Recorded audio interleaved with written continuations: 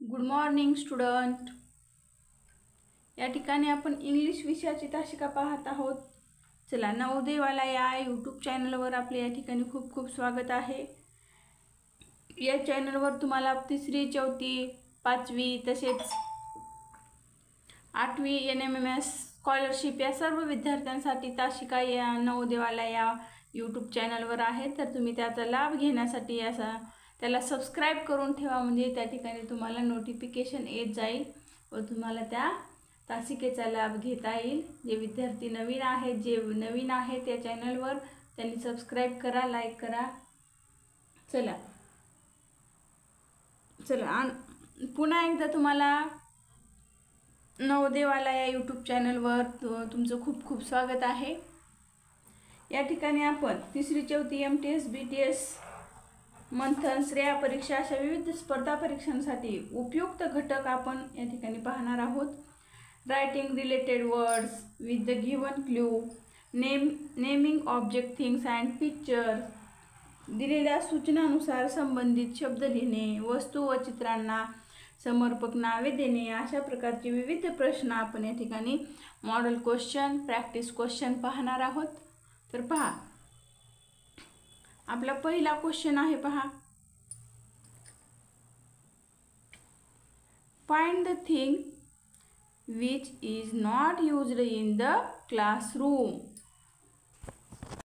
विद्यार्थी मित्रांनो, अगोदर तुम्हाला प्रश्न लक्षात येणं खूप महत्त्वाचं आहे बरं का, त्यानंतरच तुम्हाला प्रश्नाचे उत्तर देता येईल। फाइंड द थिंग म्हणजे कोणती वस्तू, क्लासरूम, विच म्हणजे कोणता, is not used in the classroom, क्लासरूममध्ये कोणत्या वस्तूचा उपयोग होत नाही। खाली दिलेल्या वस्तूपैकी कोणत्या वस्तूचा उपयोग क्लासरूममध्ये होत नाही, अशा प्रकारचा प्रश्न विचारलेला आहे।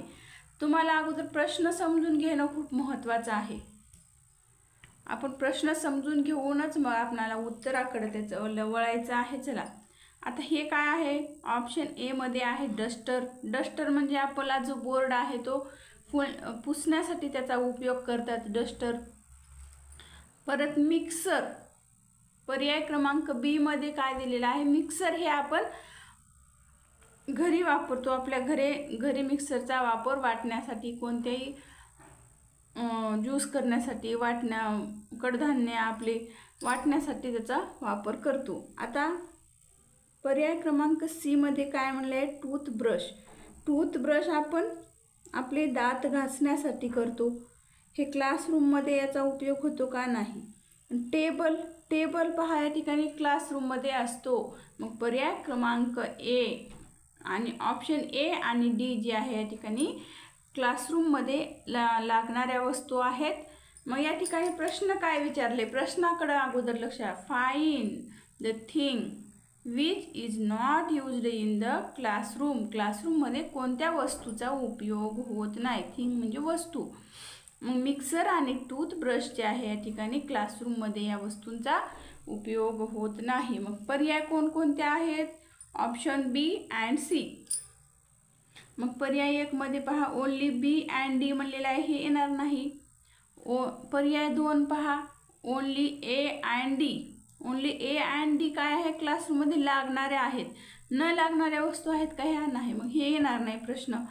ओनली ए अँड बी हा पण चुकीचा आहे। पर्याय क्रमांक 4 पहा, only B and C, mixer and toothbrush जे आहे या ठिकाणी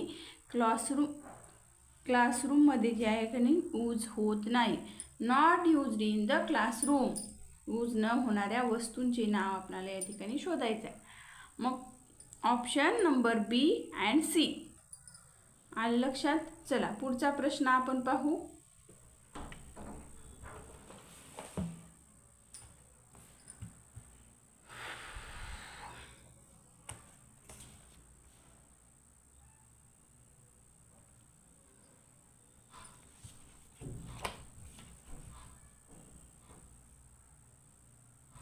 पहा,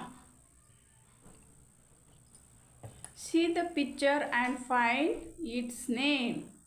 खाली सी द पिक्चर म्हणजे चित्र पहा, फाइंड इट्स नेम पर्यायातून त्याचा तिचं नाव जे आहे, नेम म्हणजे नाव शोधायचं आहे आपल्याला. या चित्राचं पर्यायातून नाव शोधायचं आहे. चित्र पाहून त्याचं नाव शोधायचं आहे. मग कशाचं चित्र आहे हे? आपण याचा पावसाळ्यामध्ये रेनी सीझनमध्ये वापर करतो. रेनी सीझन म्हणजे कोणता? पावसाळा. विंटर सीझन म्हणजे हिवाळा. चला, आता हे कशाचं चित्र आहे सांगा बरं. हे काय आहे? चित्र कशाचं आहे सांगा.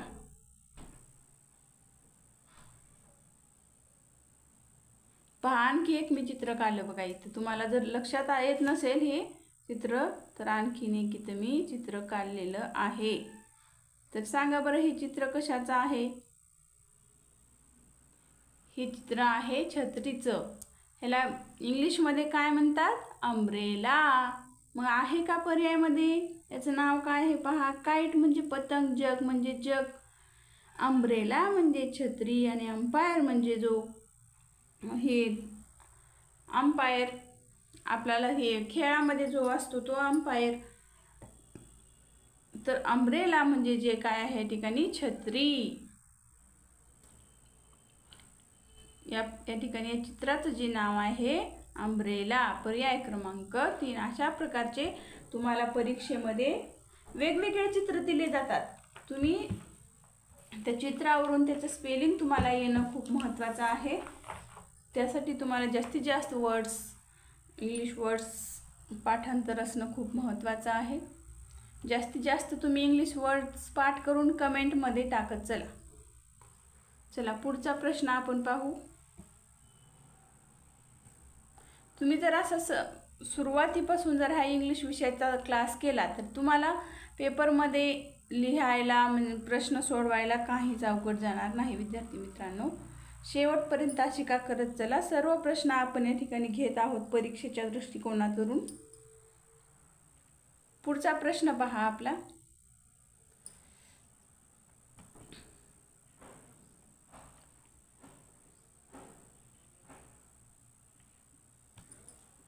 Select the word that is related with part of body.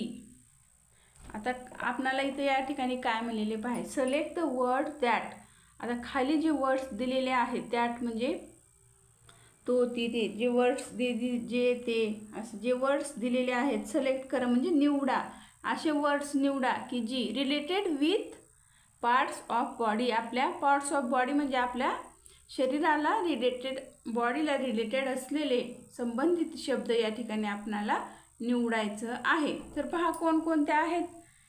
Option number A मध्ये पहा हँड्स, आणि बी मध्ये पहा काय म्हणते फ्रूट्स, सी काय आहे रूट्स, आणि डी जे आहे इयर्स. इयर्स म्हणजे कान.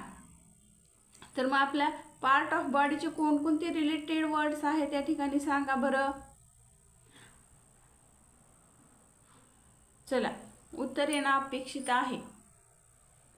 चला, छान. हँड्स, हँड्स म्हणजे हात, आपल्या बॉडीचा एक पार्ट आहे. आता फ्रूट्स म्हणजे काय? फ्रूट्स म्हणजे फळे. चला, रूट्स म्हणजे मुळा. रूट्स म्हणजे जे झाडांना मुळा असतात त्यांना रूट्स असं म्हणतात. इयर्स म्हणजे आपले कान. इयर्स म्हणजे कान.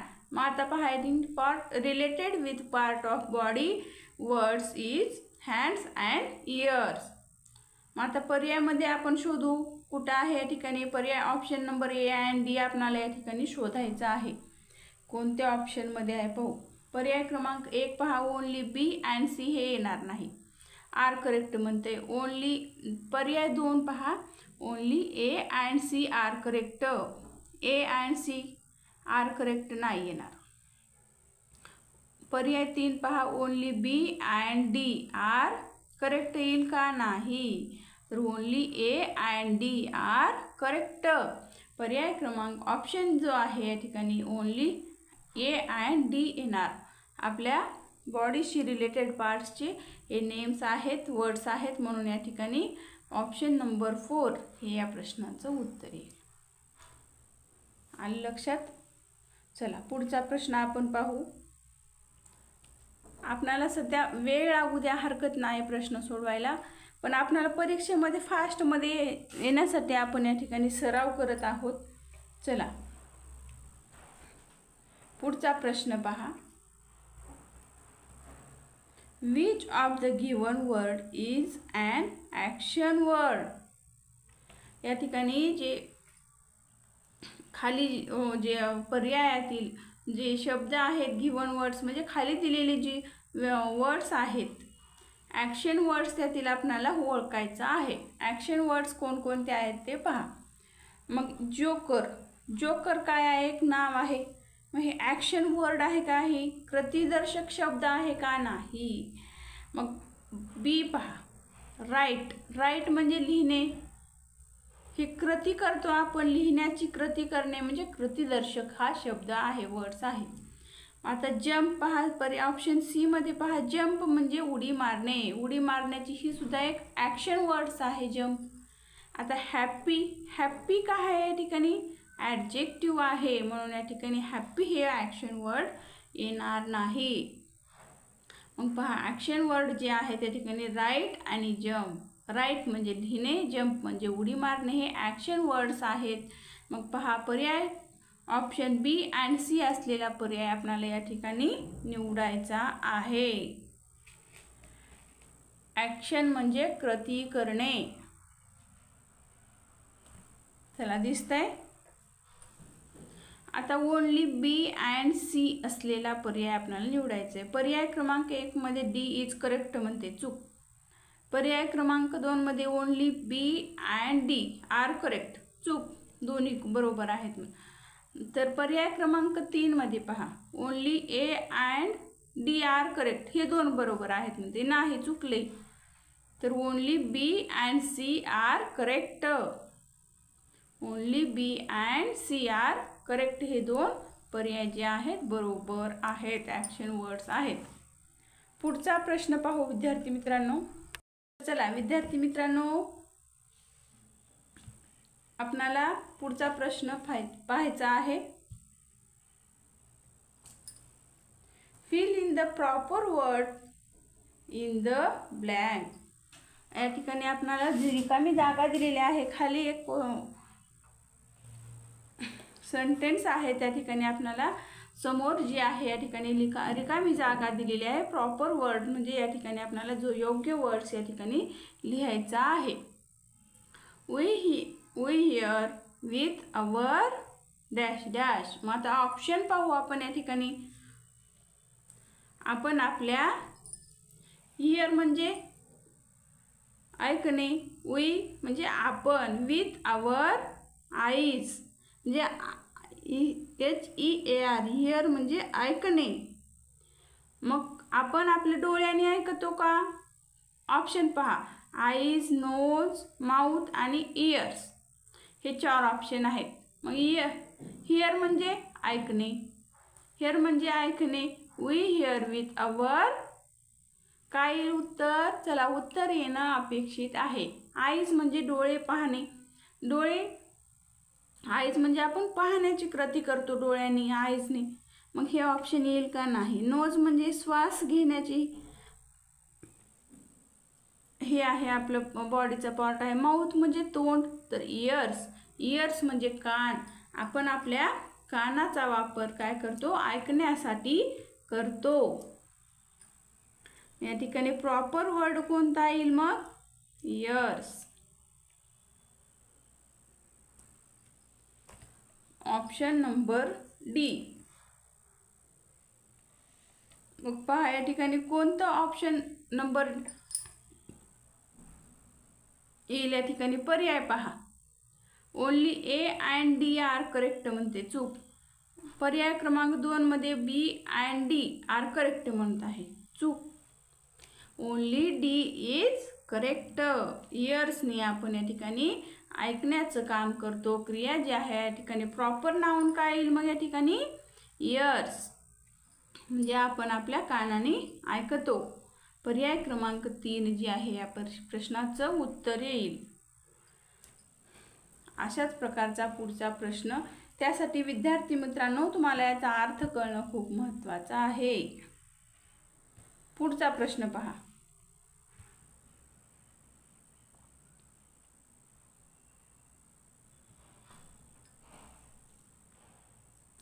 Which of the following vehicle travels on the road? आता पहा या ठिकाणी which of the following खालील व्हेकल म्हणजे व्हेकल ट्रॅव्हल्स म्हणजे चाक असलेले व्हेकल म्हणजेच जे चाक आहेत त्यांना आपण ज्या वाहनांना चाक असतात त्याला व्हेकल ट्रॅव्हल्स म्हणतात. On the road. On the road. आता या ठिकाणी या प्रश्नाचा अर्थ अगोदर आपल्याला या ठिकाणी समजून घ्यायचा आहे. खालील कोणते वाहन रस्त्यावरून चालते असा या प्रश्नाचा अर्थ होतो. बस. ऑप्शन पहा. ए ऑप्शनमध्ये बस आहे, बी ऑप्शनमध्ये एरोप्लेन आहे, सी ऑप्शनमध्ये शिप म्हणजे जहाज आणि डी ऑप्शनमध्ये जे आहे जीप. मग या ठिकाणी पहा vehicle travel on the road म्हणजे रोडवर चालणाऱ्या वाहनांची आपल्याला माहिती या ठिकाणी कोणकोणती वाहनं या ठिकाणी पर्यायामध्ये आहेत ते शोधायचं आहे. एरोप्लेन काय आहे हवेमध्ये आकाशामध्ये उडतो.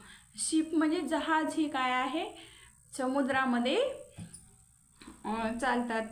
मग रोडवर चालणारे कोणकोणती वाहनं आहेत bus and jeep. Option A and D जे आहे या ठिकाणी रोडवर ट्रॅव्हलिंग जे करणारे जो व्हेकल्स आहेत बस अँड जीप हे दोन आहेत. तर पहा आता आपल्याला या ठिकाणी विद्यार्थी मित्रांनो अशा प्रकारचे तुम्हाला प्रश्न परीक्षेमध्ये विचारले जातात. आता या ठिकाणी दोन ऑप्शन आहेत. Option A and D. या ठिकाणी अशा प्रकारे तुम्हाला परीक्षेमध्ये विचारलं जातं कोणकोणते ऑप्शन बरोबर आहेत. मग तुम्हाला या ठिकाणी शोधून योग्य उत्तर बिनचूक उत्तर या ठिकाणी तुम्हाला ऑप्शन निवडायचं आहे. Only D is correct. चूक. बस पण रोडवर धावणारीच व्हेकल आहे म्हणून या ठिकाणी ए अँड डी ऑप्शन असलेलं पर्याय शोधायचा आहे. ऑप्शन 2 मध्ये only B and C are correct. चूक. ओनली ऑप्शन 3 पहा पर्याय क्रमांक 3 only B and D are correct. नाही. Only A and D are correct option. हे दोन जे ऑप्शन आहेत या ठिकाणी करेक्ट आहेत. बस अँड जीप हे काय आहेत रोडवर चालणारे ट्रॅव्हलिंग्स आहेत. चला व्हेकल ट्रॅव्हल्स आहेत. पुढचा प्रश्न पाहू.